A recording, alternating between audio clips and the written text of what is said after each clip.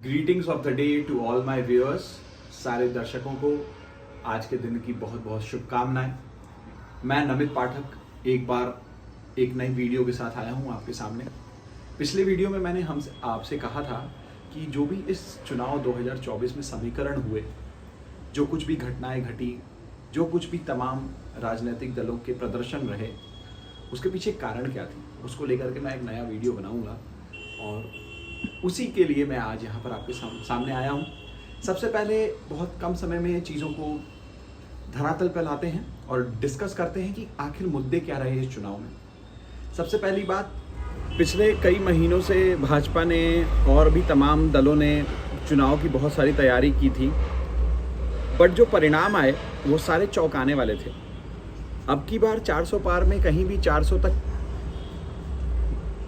सिमटती हुई नज़र नहीं आई भाजपा, जबकि जो इनका सिमटान हुआ वो 240 और 250 सीट पे हुआ। दूसरी तरफ कांग्रेस ने बहुत अच्छा प्रदर्शन किया, पिछले दो चुनावों से बेहतर प्रदर्शन हुआ, लोगों ने भरोसा जताया। राहुल गांधी के भारत जोड़ो यात्रा और भारत जोड़ो न्याय यात्रा ने कुछ हद तक चीज़ों को बदला। मोदी जी ने तमाम रैलियां की, रिकॉर्ड तोड़ रैलियां की, बट हमारे पास एक सवाल है, क्या भाजपा पूरी की पूरी तरह मोदी जी पे आश्रित हो चुकी है, या भाजपा के पास भी कोई दूसरा नेता नहीं बचा है? ऐसा क्यों लगता है कि आज के समय में जो सारी वोट बैंक की राजनीति है, मंदिर भी बना, अयोध्या में हम हार गए, इसकी पूरी की पूरी अगर जांच पड़ताल तलाश की जाए, एक होमवर्क किया जाए, तो इससे यही पता चलता है कि रोटी कपड़ा मकान और शिक्षा के साथ साथ एक अच्छा स्वास्थ्य सेवा आज भी भारत जैसे देश की सबसे फर्स्ट प्रायोरिटी बनी हुई है, ना कि मंदिर, विश्व की तीसरी सबसे बड़ी अर्थव्यवस्था, technology parks, malls, shopping complexes. मैं मानता हूँ ये सब चीज़ें बहुत ज़रूरी हैं एक विकसित देश होने के लिए, बट हमारी आज भी आबादी 70 से 80 करोड़ आबादी गरीबी रेखा के नीचे जी रही है। आगे के चुनाव में हमारे पास जो मुद्दे हैं, स्टेट असेंबली इलेक्शंस या फिर उत्तर प्रदेश में 2027 में जो चुनाव होने वाले हैं, उनमें सबसे बड़ा मुद्दा हमारा अल्पसंख्यक, गरीबी,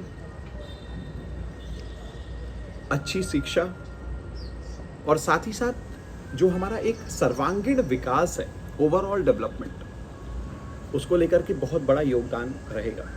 समाजवादी पार्टी ने बहुत अच्छा प्रदर्शन किया उत्तर प्रदेश में। मानता हूं कि कुछ मनमुटाव रह गए माननीय योगी आदित्यनाथ जी और बाकी के टिकट वितरण में, जहां से संभावित नेताओं को टिकट नहीं दिया गया, जिसकी वजह से कुछ सामंजस्य में कमी रही और समाजवादी पार्टी ने झंडे गाड़ दिए।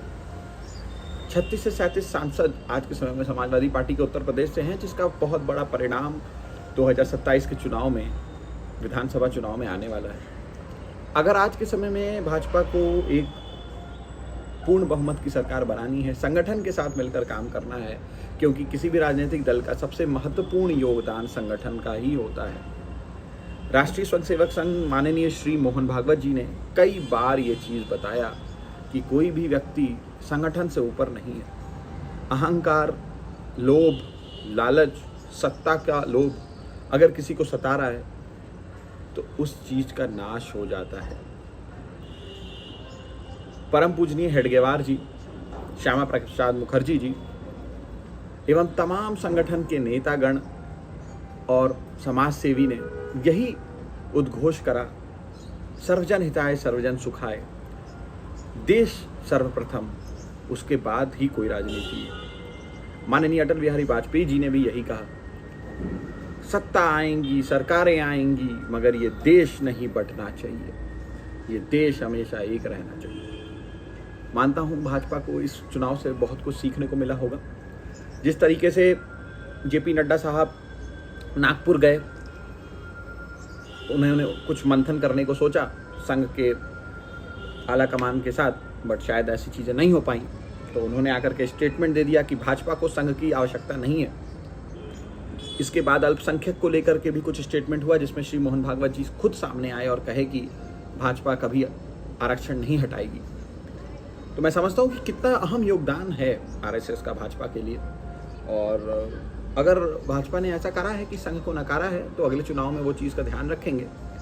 और उम्मीद रखता हूँ कि आगे ऐसी चीज़ें ना होंगी, क्योंकि आज के समय में परिवेश ऐसा है कि हर एक युवा चाहता है कि उन्हें रोजगार मिले, खाने को 2 वक्त की रोटी मिले, थोड़ा घी शक्कर मिल जाए, घी रोटी मिल जाए, कभी कभार डोमिनोज पिज़्ज़ा हट मिल जाए,